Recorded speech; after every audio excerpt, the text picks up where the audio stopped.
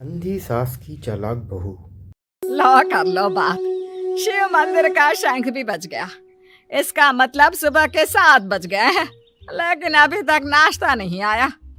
अरे बहू, ओ पूनम बहू, अरे इस अंधी बुढ़िया को इस जन्म में नाश्ता नसीब होगा कि नहीं?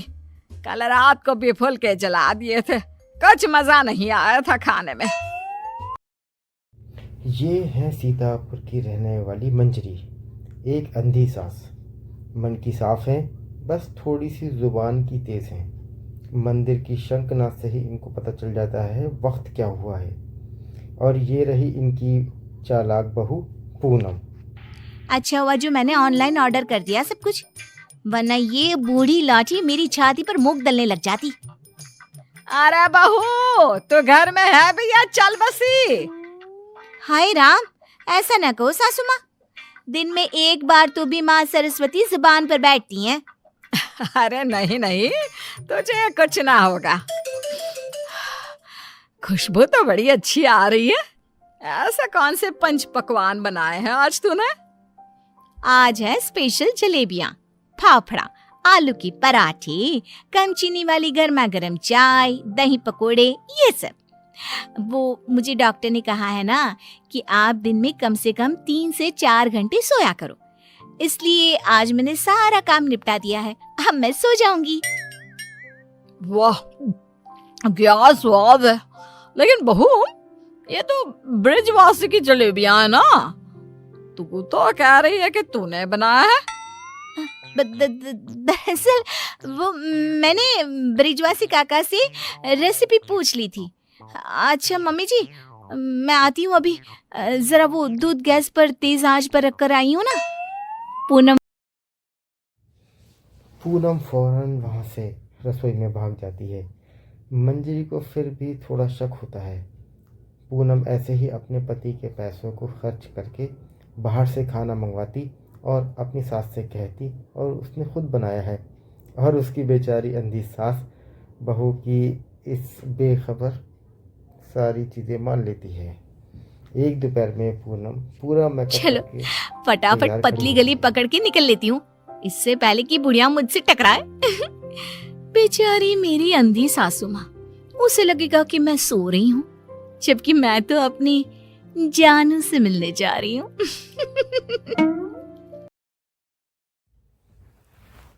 पूनम हर दोपहर अपनी सास को बेवकूफ़ बनाकर बाहर अपने बॉयफ्रेंड लखन से मिलने जाती है।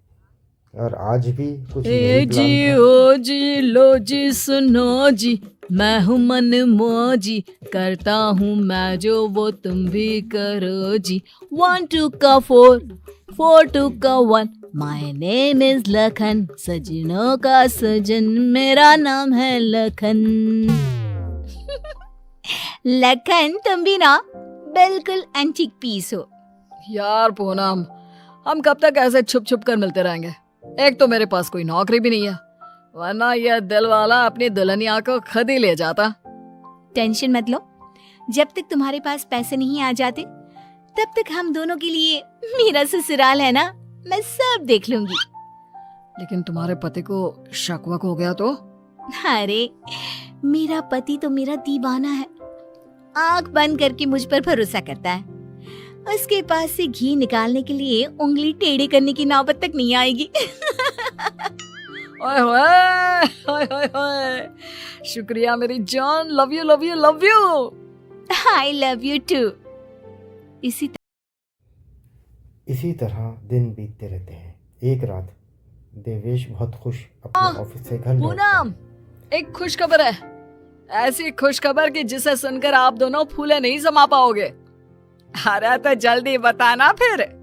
हाँ हाँ, इतना सस्पेंस मत बढ़ाओ। मुझे कंपनी में सीईओ का पोस्ट मिल गया है।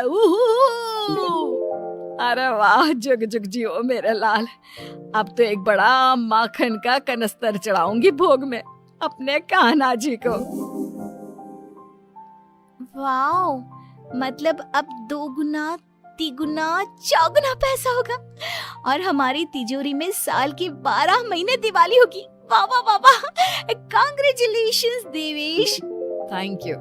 लेकिन इस खुश खबर के साथ साथ एक और बात भी है। मुझे कल सुबह ही मुंबई के लिए रवाना होना होगा। बिजनेस मीटिंग है, लगभग 1 हफ्ते तक वहीं रहना होगा। क्या? ये तो कितनी अच्छी बात है। मेरा मतलब है कि आप मुंबई घूम भी लेंगे। कहते हैं ना, रात में मुंबई की सड़कें और नजारा काफी सुहाना होता है। वाकई में, ले जा इसे भी अपने साथ। अब मैं तो ठहरी अंधी। डॉक्टर ने कहा है रोशनी कभी भी आ सकती है, लेकिन मुझे तो ना लगता कि इस जन्म में आएगी मेरी आंखों की रोशनी। कैसी बातें करती हूँ सासू माँ आप भी। मैं भला अपनी सास को छोड़कर कहीं जाऊंगी क्या? अगर मैं चली गई तो आपकी सेवा क्या पड़ोस की मीना करने आएगी?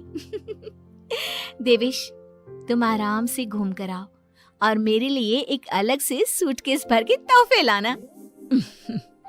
इसे तो बस तोहफे ही दो, चाहे वो तीज हो, त्योहार या कोई और आम मामूली सा दिन।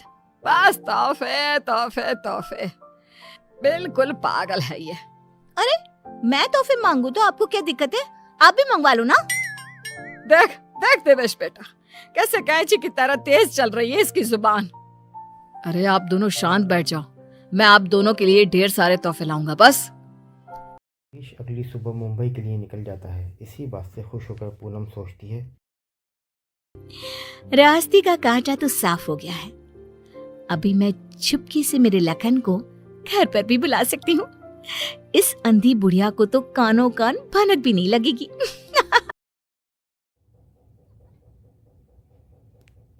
पूनम अब रात को चुपके से पीछे के दरवाजे से लखन को घर पर बुला लेती है। अब जहाँ सास घोड़े बेच के खराटे मार रही होती है, वो बहू की बात करने की आवाज सुनकर ये आवाज तुरंत उठकर बैठ जाती है। किसी आदमी की लगती है, शायद बहू के कमरे से आ रही है। लेकिन नहीं नहीं, मैं भी कुछ ज्यादा ही दिमाग लगा देती हूँ। देख रही होगी कोई भूत या फिल्म। अब तो पति नहीं है घर में, इसलिए रात भर ऐसे ही करेगी ना। लेकिन अगर कल जल्दी नहीं उठी तो फिर मैं इसके कानों के पास जाकर बर्तन बजाऊंगी जोरों जोरों से। ये सिलसिला रोज चलता है और मंजरी को रोज लगता है कि वो टीवी पर कोई फिल्म देख रही है। एक दिन जब पूनम बाहर होती है, तभी मंजरी सोकर उठती है और आंखें खोलते ही उसको सब कुछ दिखाई देने लगता है। वह अपने आसपास की सब चीज़ों को देखकर बहुत खुश होती है, आश्चर्यचकित ये तो होती है। गजब हो गया। मेरे आंखों की रोशनी फिर से लौट आई। डॉक्टर ने सही कहा था, रोशनी कभी भी लौट सकती है। बहू, अरे ओ पूनम का चांद, कहाँ मर गई? देख तो अब मुझे सब कुछ दिखाई दे रहा है। अब तो मैं छड़ी का इस्तेमाल भी नहीं करूंगी और अब मैं रोज अपने भगवान जी को भी देख सकती हूँ। पूनम!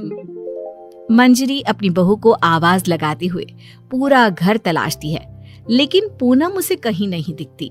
तभी उसकी नजर तिजोरी पर पड़ती है जिसका ताला नहीं लगा था। इस पर वो जैसे ही तिजोरी खोलती है तो हैरानी से उसकी आंखें फटी की फटी रह जाती है। ये कैसे हो सकता है? जहां तक मुझे पता है, देवेश ने कहा था कि वो घर खर्च के लिए 25,000 दे के जा रहा है, लेकिन यहाँ तो उसका आधा भी नहीं है। जरूर ये पूनम ने पैसे अपने शॉपिंग पर खर्च कर दिए होंगे। पैसे को पानी तरह बर्बाद करती फिरती है। आने दो उसे, फिर देखती हूँ उसे। तब तक मैं अपने भगवान के दर्शन कराती हूँ। मंजरी मंदिर जाती है, अच्छे से दर्शन करती है और खुशी खुशी घर की तरफ चल देती है। जहाँ रास्ते में उसकी नज़र मंदिर के पास बहती नदी के पास अपनी बहू पे पड़ती है, जो लखन के साथ वहाँ बैठी थी। यहाँ क्या कर रही है और इसके साथ कौन बैठा है? पता तो करना ही पड़ेगा। अब मंजरी वहीं बड़े पेड़ के पीछे छुप उन दोनों की बातें सुनने लगती है। सुनो लखन, कल मेरा पति आने वाला है। आज रात को तुम आना और हम दोनों पूरी तिजोरी पर हाथ साफ कर देंगे। और भी बहुत सारा बेशकीमती सामान पड़ा है घर पर, उसे भी हम अपने साथ लेकर यहाँ से भाग जाएंगे। आइडिया अच्छा है मेरी जान। अब हमें कोई नहीं रोक सकता। हम ना यहाँ से सीधा सिंगापुर जाएंगे डार्लिंग। बाप रे बाप, इसका मतलब इस महारानी का इस मुफ्तखोर के साथ चक्कर चल रहा है। अच्छा, तो मेरे बेटे को लूट कर अपनी दुनिया बसाने का प्लान चल रहा है। अब रुक, तुझे दिखाती हूँ दाल और आटे का भाव। अब घर पे अच्छे से डोली सजाती हूँ तेरी विदाई के लिए। मंजरी वहाँ से चली जाती है। जब पूनम घर लौटती है तब मंजरी दोबारा अंधी होने का नाटक करने लगती है। अरे सासू माँ, व्हाट्सएप? अरे कुछ नहीं बेटा, बस वो देवेश की याद आ रही थी। अरे सासू माँ, इतना लोड क्यों ले रही हो? वैसे भी वो कल तक वापस आ ही जाने वाला है, फिर क्यों खामखा परेशान हो रही हो आप? वैसे भी कल से आप दोनों माँ बेटे अपने रोने के दिन भरने शुरू कर देना। क्या कहा? मेरा मतलब कल जब आएंगे 1 हफ्ते के बाद, तब आप कर लेना ना भरत मिलाप, गले मिल के जी भर के रो लेना। अच्छा, ऐसा कह रही है क्या तू? ठीक है, चल बहू, मेरे ना घुटनों में काफी दर्द हो रहा है, थोड़ा बाम लगाकर मालिश तो कर देना बेटा। और हाँ, 2 दिन बाद 7 पंडितों को भोजन खिलाना है, उसके लिए मसाले भी तो तैयार करने हैं। सिलबट्टे पर ही पीसना है उनको, घर के पीसे शुद्ध मसाले चाहिए। लेकिन सासू माँ, मैंने जो कह दिया सो कह दिया, अब कोई आना कानी ना करना, ठीक है? वरना देवेश को फोन करके बता दूंगी। हाँ, मंजरी अपनी बहू पूनम से जानबूझकर घर का सारा काम करवाती है। पूनम को ना चाहते हुए भी सारा काम करना पड़ता है। आखिरी बार थोड़ी एक्स्ट्रा सेवा करा लेती हूँ इस नासपिटी करमचली से। मुझे इतने सालों तक उल्लू बनाया ना, अब इससे एक दिन में कैसे सूखी मिर्ची बनाती हूँ, देखना।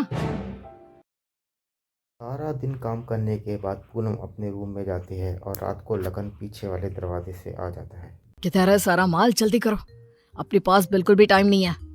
पूनम लखन और पूनम घर का सारा सामान चुरा ही रहे होते हैं, तभी वहाँ वो देवेश और मंजरी को देखकर उनके पैरों के नीचे जमीन निकल जाती है।